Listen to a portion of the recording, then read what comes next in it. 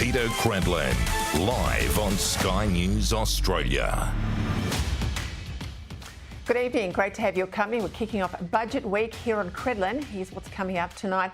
More proof that Labor hold voters in contempt with what is effectively a carbon tax being introduced by stealth. That's despite you voting Tony Abbott in to repeal the Gillard carbon tax, which of course he did. And wait till I tell you how much they now have priced carbon, how much per tonne, and how much it's also going to hit your power bills. In one vote, the Labor Party has undone almost 8 decades of bipartisanship on Israel, not to mention betraying Australia's Jewish community. Yes, the PM's always been a bit of a pro-Palestinian activist since his uni days, but there's no denying that the Muslim vote in key electorates is now driving Australia's foreign policy. Plus, how the student visa system is being used as backdoor routes to citizenship, with the university sector complicit in exploiting loopholes that have now seen a record number of students applying to stay in Australia. And with the budget now 24 hours away, Jim Chalmers under pressure to save Labor's sinking popularity. But how does he deliver the handouts that Labor love without spiking inflation and causing more pain? I'm scratching my head and looking at those announcements that have already been made and wondering which ones of those are actually driving inflation down. What they're trying to do is mask over what are the drivers of inflation with short-term spending without addressing the fundamental policy levers that'll address them. We'll also get in that new job in China for Daniel Andrews a bit later on in the show. But first, one of the oldest tricks in the book is to try and shape the reception of a budget by judicious leaks beforehand. Now, for this to work, though, there's got to be a clear message. And the Albanese government's pre-budget leaks are anything but clear. To the markets, the government's saying that it'll be a budget of restraint that will complement the work of the Reserve Bank to rein back inflation. But to voters, though, the message is cost of living relief, because that's clearly the number one issue for the Australian people. Even though every government dollar they spend is a dollar from your pocket, either taken as taxes today or taxes tomorrow, when the debt, which is what we've borrowed as a country, has to be repaid. Now, it might have been different when Paul Keating was Treasurer and Peter Walsh was his Finance Minister, but Labor's basic approach is to spend your money to try and buy back your vote. And because the big spending's in Labor's DNA, this budget won't deliver cost of living relief via less spending that gets interest rates down. Instead, it'll be more spending to subsidise power bills and to subsidise rents, if all the leaks from the weekend are to be believed. Today's latest leak was supposed to prove that more spending was not inflationary. That's because, says Labor, subsidising power bills and rents reduces prices, it doesn't raise them. And because the Reserve Bank didn't know about Labor's cunning plan, its inflation forecasts are higher than the government's. Now, that's not good. We've got the RBA tipping that inflation will be at 3.8% by Christmas and 3.2% by the middle of next year. The Treasury Department, which of course has the Treasurer as its boss, well, it thinks inflation will in fact be a lot lower, at just 2.75% for the whole of the current financial year.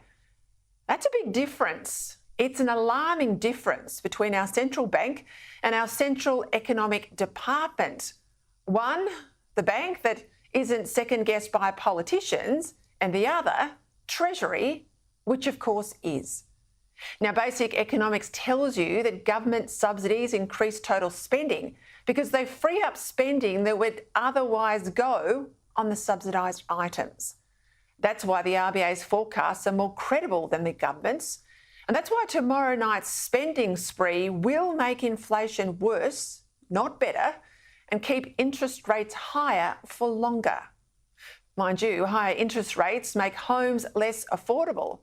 And that drives one of Labor's other key objectives, namely to turn us into a nation of renters rather than owners, because renters are more likely to be habitual Labor voters. With power bills up nearly 40% under this Labor government and mortgage repayments almost doubling, with real wages falling, this is a government plainly in a lot of political trouble. Add in the foreign criminals debacle and the upsurge of people smuggling, with the latest yet another boat of asylum seekers reported today. And the Albanese government is looking weak in Labor's traditional areas of weakness: economic management and national security. Polling on the weekend had the PM's favourability rating -8 compared to +4 for opposition leader Peter Dutton. As well, Anthony Albanese's better PM lead has now shrunk to just 4 points. Throw in Labor's chronic inability to grasp that it's a productive economy, not the government, that creates wealth, and this budget's going to make the government's problems a whole lot worse. It's going to damage the economy, not strengthen it. Last week, for instance, the government decreed that the live sheep trade would end in 4 years' time. On top of Labor's measures to stop logging and close down the forestry industry, this is yet another productive industry that Labor will end in order to appease the Green Left. And contrary to Green Left prejudice, expanding the so-called care economy is not going to make our country richer either. More NDIS workers, more nurses, more childcare staff, even more teachers, as worthy as they all might be, they're all subsidised by taxpayers, and fine when the economy's tracking well, but it's a massive increase to our debt burden when it's not. But if Labor wants more unionised workers, then that's where they'll go. Sadly, the worse the economy gets, the more likely it is that Labor will be forced into minority government at the next election. And that would mean even more power to the Greens, who want to immediately close down our two biggest export industries, coal and gas, despite the hundreds of billions that we'll see in the budget from these two exports tomorrow night. All of this makes Budget Week this week absolutely critical to Australia's future. Not just the politics of this current term of Parliament, but our nation's economic fundamentals and how we pay our way as a country.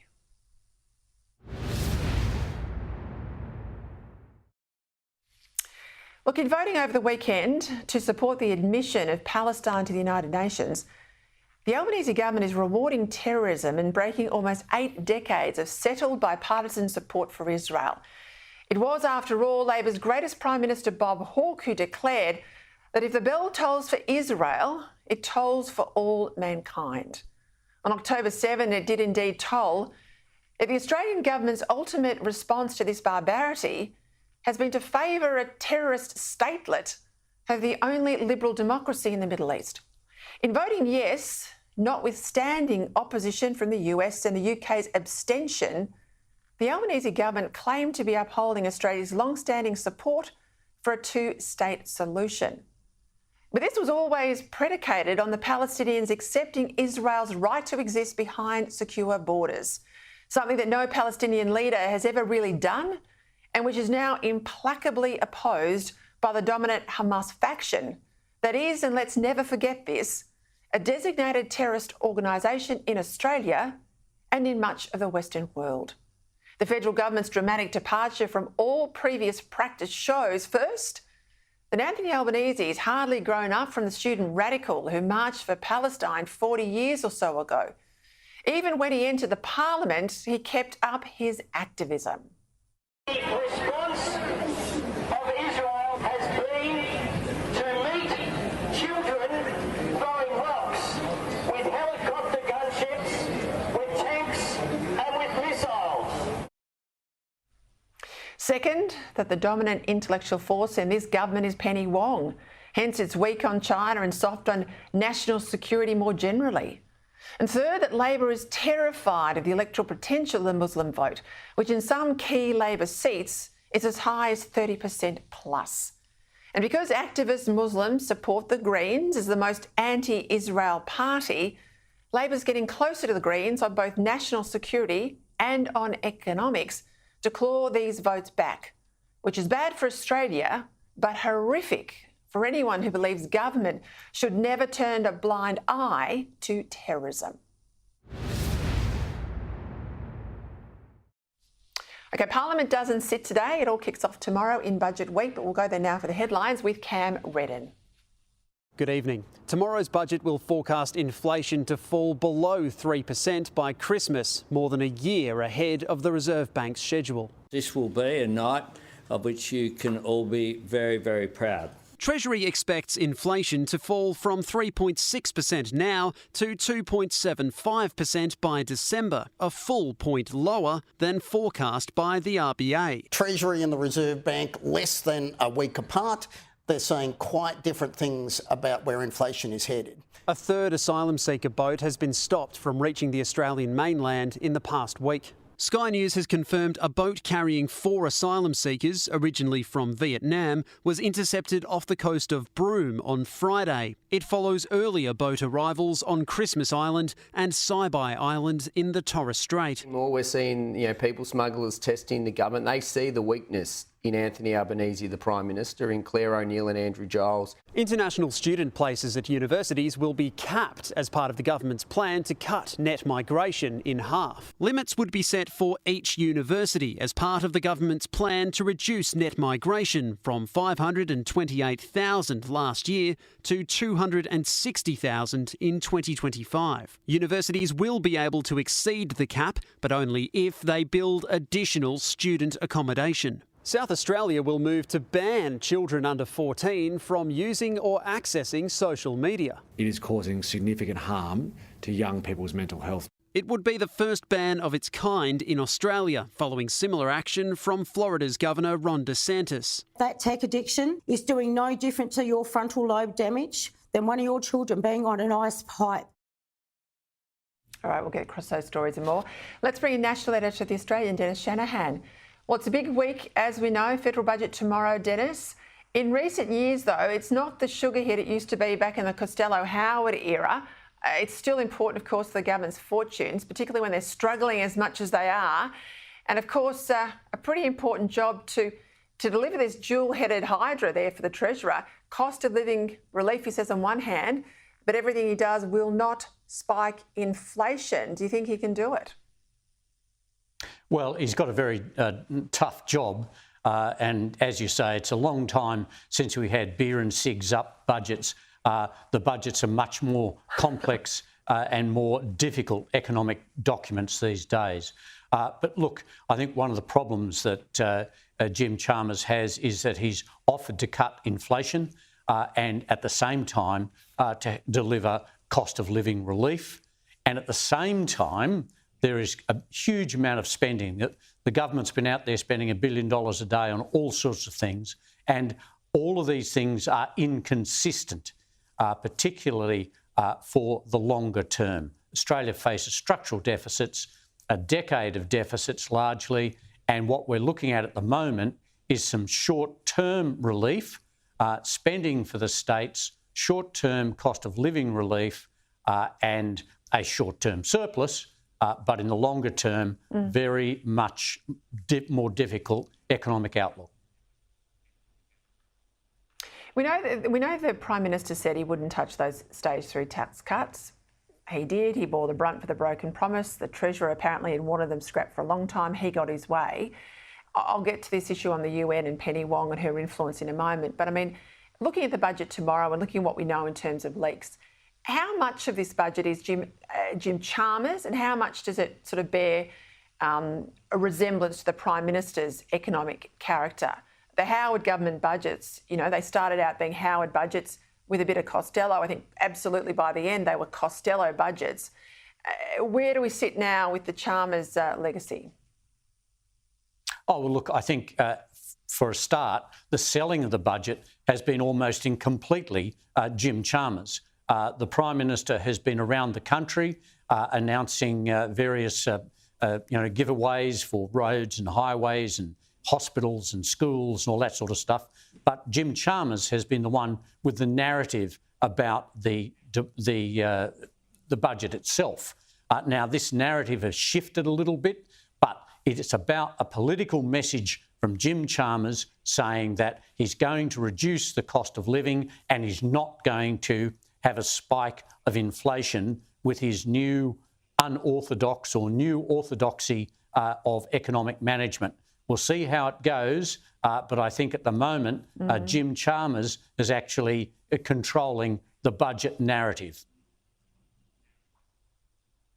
Well, let's go to this vote at the UN, the General Assembly on Friday. the resolution passed and it declares, quote, the state of Palestine is qualified for membership in the United Nations. Well, we know there's no such thing as a state of Palestine. What we've got, at least in Gaza, is a city run by a listed terror organisation. The other area, the West Bank, another group altogether. There's been widespread condemnation of the government for reversing Labor's prior position here of abstention. I think it was 2012 under Julia Gillard. The last time this came up, it was an abstention vote then. That's precisely what the UK did. The US voted against this measure. We voted for it. We've junked now, 7 decades of bipartisanship, and we've rewarded terrorism with the vote on Friday. That's the view of the critics, Dennis. I have to say it's hard not to disagree with them. Well, I think it's very difficult to disagree with the idea that what has happened is that Hamas has been rewarded in its attempts to destroy the peace talks between Saudi Arabia and Israel. They have actually, despite the atrocities that they committed on October 7 last year, they have turned the UN against Israel. Not that Israel was particularly enamoured of the UN or the UN of Israel, but popular movements have grown up around the world, including in Australia, and this has all been a benefit to Hamas. To have the Australian government, which was the first government in the first country in the world to vote for the state of Israel at the UN 75 years ago under the leadership of a former Labor leader, and a proud tradition carried on by Bill Hayden, Bob Hawke. And so what we're seeing here is the trashing of 75 years of bipartisanship, and there is no way that this can be argued as to be anything else rather than an appeasement to Hamas and a victory for terror. What does it say about Penny Wong, though, and her relationship inside the government, her power inside the cabinet? Because when she flagged this in a speech about a month or so ago, there was a visceral reaction to it. Now, the PM came out quickly. He sort of said, nothing to see here, poured cold water on the idea, said that Labor's position hadn't changed. Now, clearly, he was either lying back then and he knew this was coming, and we know there's a long lead time on these negotiations in the UN, as you and I both know through ambassadors, or the Prime Minister's been rolled. What is it, Dennis? Well, look, there is no doubt that this was a long-term calculated policy. Before the election, we had the National Conference of the ALP change its policy. It was then just said, oh, no, it doesn't really count. We're just doing it to keep things quiet. Then Penny Wong gave a speech which immediately showed there was going to be a change in Labor policy. The Prime Minister then used the same language that he had used when the tax changes were being put up, saying, oh, we haven't changed them. He didn't say, oh, by the way, we're actually thinking about this. And more importantly, what we've seen here is, of course, Penny Wong has a very powerful position in the cabinet, and her position on this policy has actually prevailed. But what we are seeing is an inability of this government to actually argue a case. If they wanted to change the policy, why didn't they put it out there, as Penny Wong did a month ago, and say, we are changing it, and argue and take in the Australian public, the Jewish community as well, and say, this is why we are doing it. Instead, they effectively mislead the public and say, oh, we haven't changed our position because it didn't change until they voted in the UN. This is a very weak approach to public policy, and it's a repudiation of the handling of this whole issue by both the Prime Minister and the Foreign Minister. They should have been upfront. It's what they wanted. Well, convince the Australian people that it was the right thing to do. I think in the way they've gone about it, apart from the fact I think it was the wrong decision, they haven't actually convinced too many people at all that they've behaved properly. It's true, Dennis, for you to pick up the gutlessness in terms of their advocacy for their position. I think people will accept, and John Howard had plenty of these, where the government needed to change position, where they needed to go down a course that perhaps wasn't popular at the start, but they were happy enough to argue it out. This government says, no, we're not doing it, nothing to see here, until such time it changes in the middle of the night. I think that's one of the problems they've got. They've got a problem there on the carbon tax. I'll get to that in a moment with another guest. But just before we go, 3 boats, 3 illegal boat arrivals on or near our shores in just the last week. We went through those in the package a moment ago, but it's hard to deny now, Dennis, these people smugglers, they are back in business. Well, if you'll forgive the pun, there's definitely testing the waters. And I think given that the last 3 boats in this last week, only one of the 3 was actually detected on the water by aerial surveillance.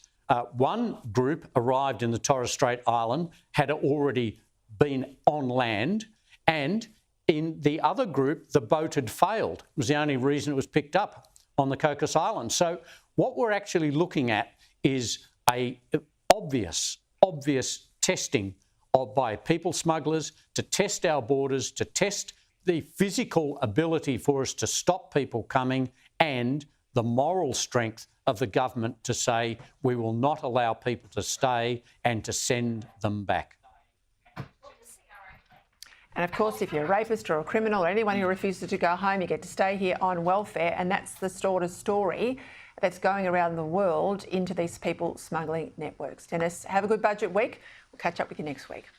Right, more on Australia's shock support at the UN over the weekend. I'm joined now by the President of the Australian Jewish Association, David Adler. Well, we ventilated a bit of this horror vote over the weekend then with Dennis Shanahan, and he makes the point that there's a real gutlessness of the federal government. The Prime Minister, of course, went out and said there was no change in position about a month ago when Penny Wong gave a speech, said we were headed down this end, and there was no change until there was change on Friday night. That's the problem. How does the Jewish community react after this vote? Peter, as you would expect, the Jewish community is shocked, devastated, angry, but most of all, there is a feeling of real betrayal from our government. Not only has it turned on Israel, our only democratic ally in the Middle East, it has turned on the Jewish people. This will undoubtedly fuel the hostility that we see on places like the university campuses. It will embolden more anti-Semitism. It has also betrayed our important allies. In AUKUS, with the United States and the United Kingdom, Australia is now isolated as the only country which has voted in favour of this resolution. Finally, it has betrayed the Australian people. It is contrary to our values to align this country with Hamas. It is handing a reward to the terrorists. It's like Australia is serving the terrorists. We don't mind that you were murderers, rapers, took hostages, the most barbaric acts, killed the most Jews in one day since the Holocaust. That doesn't matter. We will support you because that's what it signals. We're missing some countries there on that graphic I put up about the those who voted against this motion. We're missing, of course, the United States and others. There were 9 in all. But we broke with our major allies. We broke with the United States and we broke with Britain and Canada. That's what I can't understand. And I also can't understand, picking up Dennis's point, why the government didn't go out and argue, at least try and attempt to argue, why this was necessary for Australia to junk 70 years of bipartisanship on this policy. I felt gutted over the weekend, David, when I saw this play out. I was watching most of the coverage on Saturday morning. Your community, you know, beyond all the officials that you deal with, how does the ordinary Jewish Australian feel? It's been a very rugged 8 or so months now, but after this vote by their own government, how do they feel? Well, more and more we see hostility, frankly, to Israel. We see a failure to deal with some of the social problems, and notably the rise in anti-Semitism is a terrible problem. We see the weakness in dealing with the issues on the university campus, and I know you've commented on this before, and you alluded to the fact that in some electorates, in some Labor electorates, there's a significant Muslim vote. Well, pretty well top of the chart is the Minister for Education, Jason Clare, in his seat of Blaxland, which has over 30% Muslims. And you've got to ask the question, is that part of the reason why he fails to act and discharge his responsibility to make sure that all groups of students feel safe on our university campuses? We think it's a real tragedy. There is a sense of betrayal, and I don't know how to put it stronger than that. This is not the Australia that we recognised a few years ago. You make mention of those violent university protests. We've obviously seen the police come into campuses overseas, but not in Australia. Over the weekend, Jennifer Westacott, who people will know from her former job with the Business Council of Australia, she's now the Vice-Chancellor of Western Sydney University. She came out very strongly, condemned these protests and anti-Semitism. But the head of Melbourne Uni, the Chancellor there, Jane Hansen, well, she refused to call out any specific anti-Semitism crisis within higher education. You've mentioned there Jason Clare. You're kinder than me. I think he's absolutely motivated by the constituency in his seat. I think he's absolutely motivated by that. And we know too, on a number of university campuses, staff were told, don't confront protesters if they barge their way into your classroom. Let them have their say. Now, why on earth should any student who wants an education, particularly a Jewish student, be forced to put up with this in the lecture theatre or in the tutorial room? One thing to protest outside, David, but why should it be brought into the classroom? Well, you're right, and you've got to ask the question, are our universities to be centres of education, or are they to be primarily centres of radical activism and indeed anti-Australian activism? And it's fine for people to have a different perspective on political issues, but there are certain lines which these groups have clearly crossed.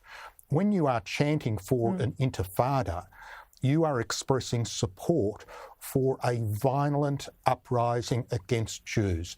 That's what an intifada is. It involved murder, knife attacks, bombs, suicide bombings of civilians, of buses. It's a mass murder program. That's what an intifada is. And if the university administration allows teaching to be disrupted with calls of intifada, they are giving the wave through for incitement of violence against the Jews, against the Jewish students. That's what intifada is. There is no excuse for it in this country. It is not an expression of a political opinion. It is an expression of support for a program of violence.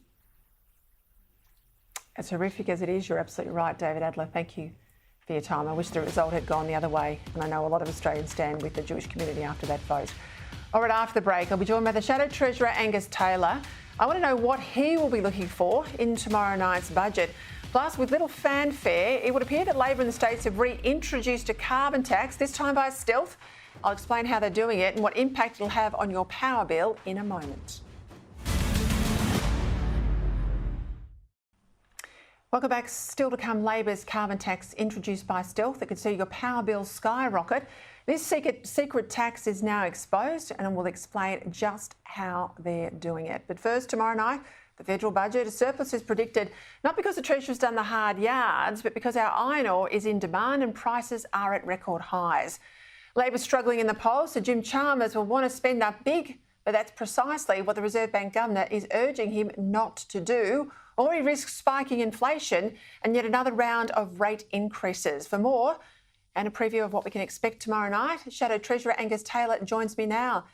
Angus, we're looking, as I said, at a surplus tomorrow night, but it's a surplus built on the fact we're now selling our iron ore for prices in excess of $100 a tonne. Now, if we weren't, there would be no surplus. So this is not a surplus built on good luck, is it? It is a surplus built on good luck, isn't it, rather than good, sound economic management.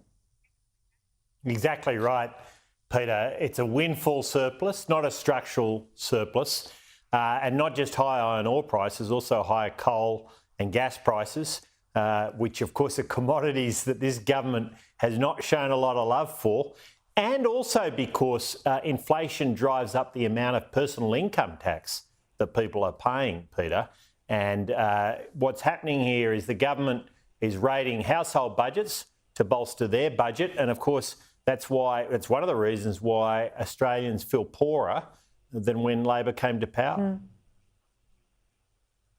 So that people at home understand, the opposition, like the media, go into the lockup tomorrow about lunchtime. You get a complete set of the books, you get your hands on them for a period of time, then you'll leave just before the Treasurer hands down the budget in the speech in the chamber. You'll go into the chamber for that. So when you walk into the room tomorrow and get your hands on the books, where are you going to be looking at first? Well, the first thing I'll look at, Peter, is whether there's a plan to beat Labor's homegrown inflation. We've seen inflation raging in this country, a 17% increase in prices for working families on average.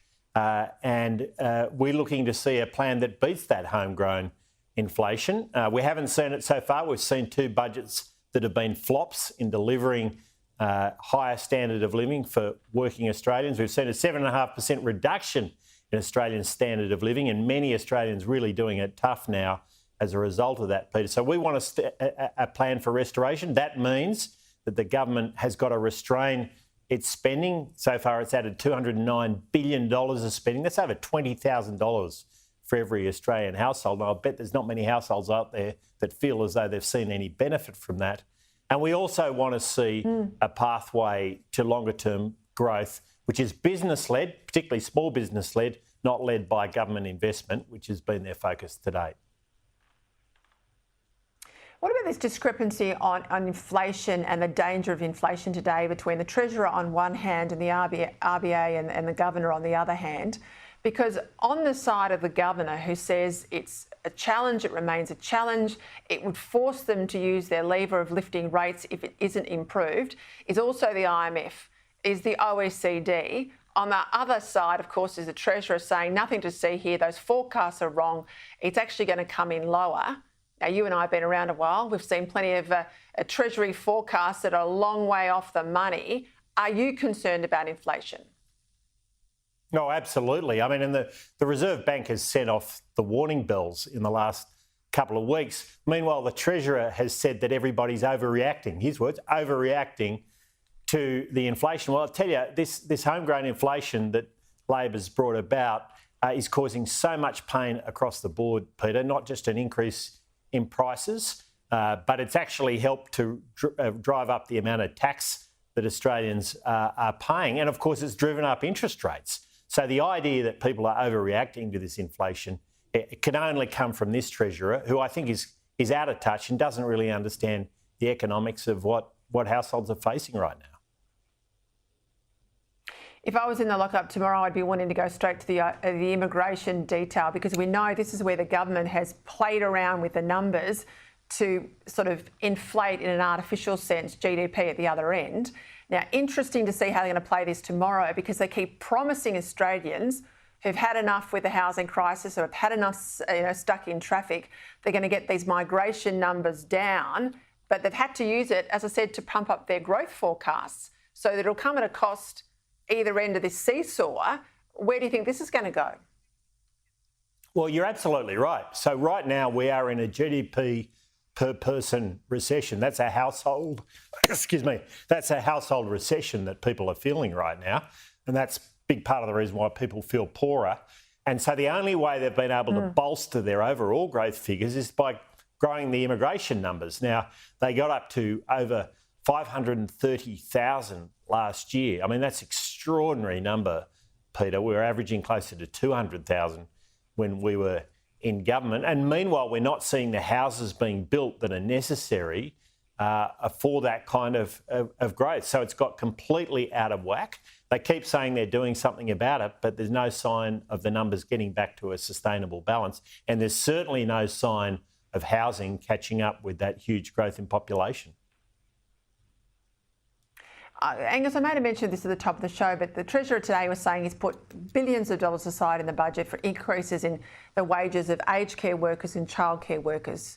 This is all predicated on a decision from Fair Work Commission saying the wages have got to go up. Now, fair enough, these people aren't highly paid. They have had increases, though, in recent years, but they're all private businesses, right?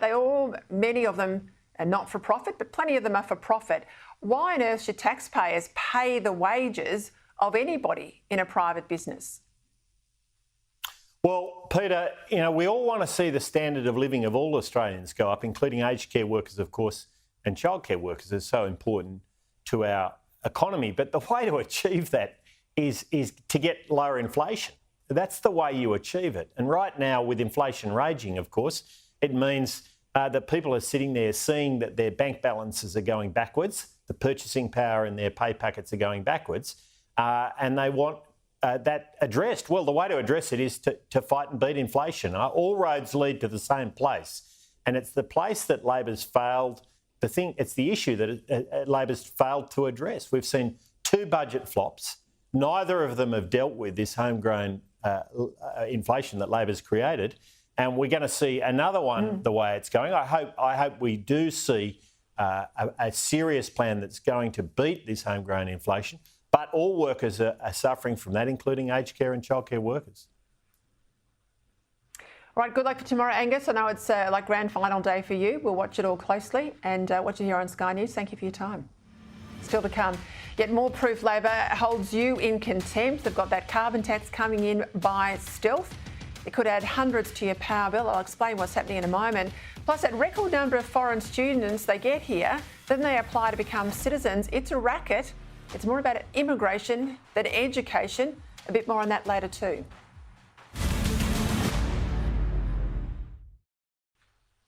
Welcome back. Still to come, another hit on our farmers from the Labor Party with live exports now banned over the weekend. But first, Tony Abbott, elected in a landslide in 2013, promising to repeal Julia Gillard's dreaded carbon tax, and of course he did.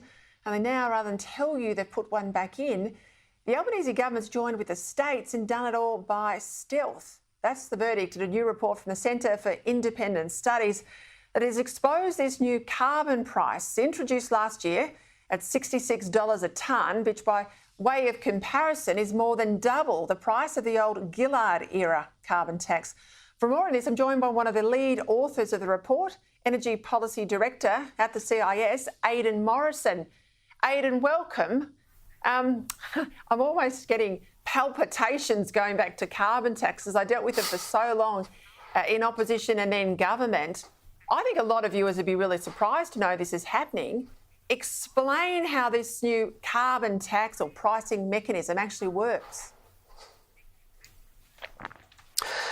Thanks, Peter. Yes, this is a little bit convoluted, actually. They don't call it a tax. They've avoided doing that. They call it a value on emissions reductions.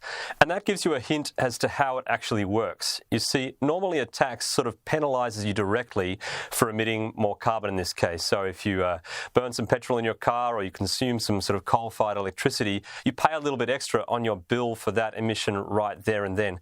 This one's quite different. And the hint is that it's in a value. They've basically created an incentive where they can pay more money to private companies for their proposals to reduce your emissions indirectly. So that means that transmission companies and distribution companies, if they can come up with larger projects that cost more money, that they believe will reduce carbon emissions eventually by inducing you, for example, to go and buy an electric car or consume less electricity, or for more wind farms and solar farms to be built, they can basically raise the money for that project in confidence, knowing they can send the bill straight to the consumer. So it gets added to your electricity price now after they propose a big project to try to change the way that electricity is generated in Australia. So hang on, you're giving us the correlation between this pricing mechanism, let's call it that, it's simpler than their nomenclature, and the pass-through to consumers. You've done a bit of modelling on that, the way in which it will hit our power bills. Tell us more.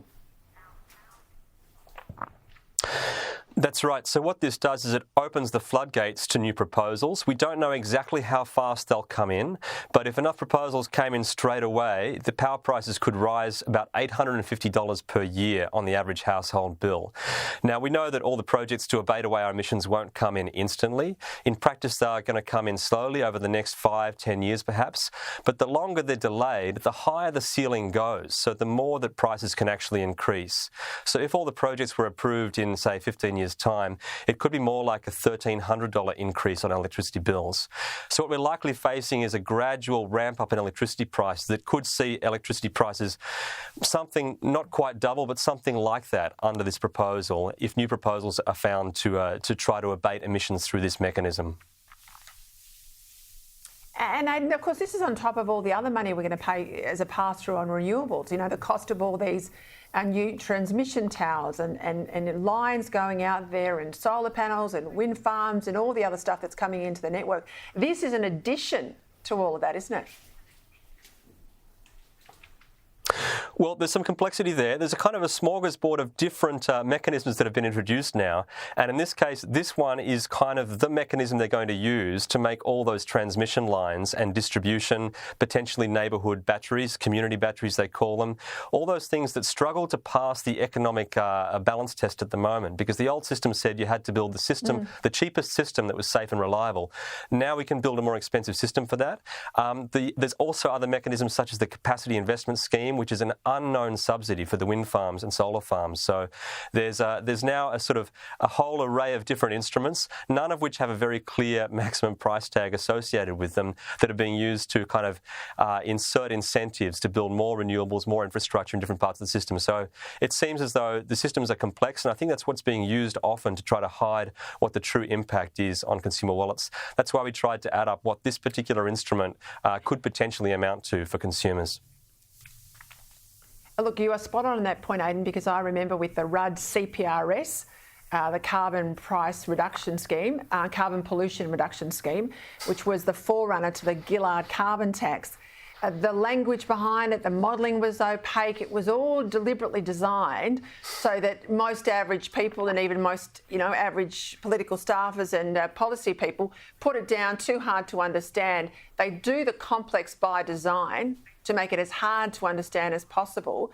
Now, what I'm interested here, though, lack of transparency. When pushed on this stuff, Chris Bowen always says, commercial in confidence, I'm not going to put the modelling out there. But in this case, we didn't even get legislation, did we? This was all done backdoor with regulation. Yeah, that's right. Exactly. It's very strange because officially the states have control of the energy market. So there's some legislation to introduce the objective, just the objective to reduce emissions that went through the South Australian Parliament, because that's just the Parliament that we happen to do our electricity laws in. But the actual price that was set, which is basically says how we're going to balance up the objective with having low power prices with reducing emissions, that was done without any parliamentary debate whatsoever. In fact, the regulator said specifically that it was in the hands of the ministers to decide on whether they consult on this, and they chose not to. It was just introduced simply with no opportunity for any public consultation, even through the regulatory process. So that set of numbers now that starts at $70 and goes to $420 per tonne has been determined without any parliamentary scrutiny or even any consultation in the regulatory process. It's shocking. Head to the CIS website if you want to read more. All the details are there. Aidan, you're a braver man than I to get down into the weeds with all of those numbers and to work out what's happening here. But I tell you what, it is shocking. Thank you for your time. Incompetent and tricky. That's the word of the Albanese government, is incompetent and tricky. All right, after the break, how that student visa system is being exploited as an easy path to citizenship. Plus, it'd appear his repeated trips to China have paid off. Daniel Andrews landing himself a cushy new job with Beijing. I'll reveal more after the break.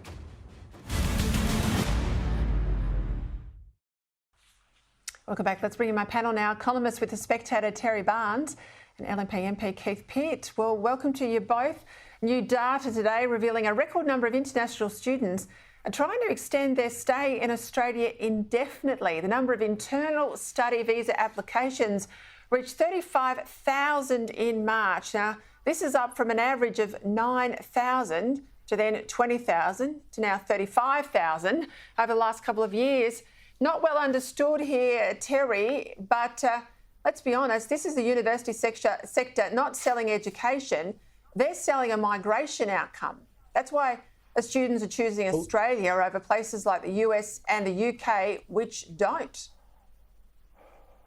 Well, effectively they are, Peter, and there's a touch of wink, nudge, no need to say no more in all of this, isn't it? I mean, the universities are quietly sort of letting students know, or not, by not saying anything perhaps, that they're welcome to do what they can to stay on. But the way I see it is that universities are selling education. That's their primary purpose. But they're doing it in a way that they don't care a stuff about the consequences downstream. So if a student wants to stay, that's not their problem, that's somebody else's problem. As long as they make a pretty penny from that international student, they don't care.